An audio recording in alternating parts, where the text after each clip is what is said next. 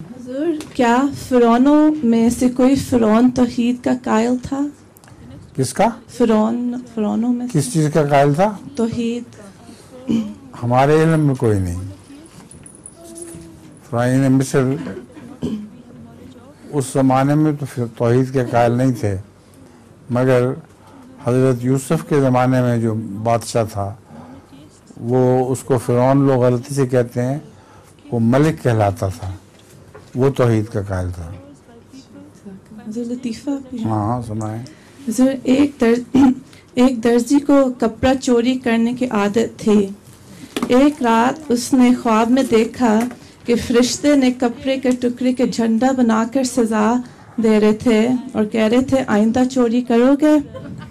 क्या करो?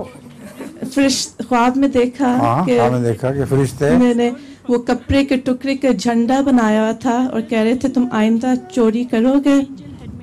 अगले रोज डर के मारे उसने अपने साथी को कहा कि जब भी मैं कपड़ा चोरी करने लगूं मुझे सिर्फ ये कह देना झंडा। कई महीने गुजरे और कोई चोरी नहीं की। फिर एक दिन एक खूबसूरत कपड़ा काट रहा था और वो टुकड़ा चोरी करने लगा तो उसके साथी ने कहा झंडा।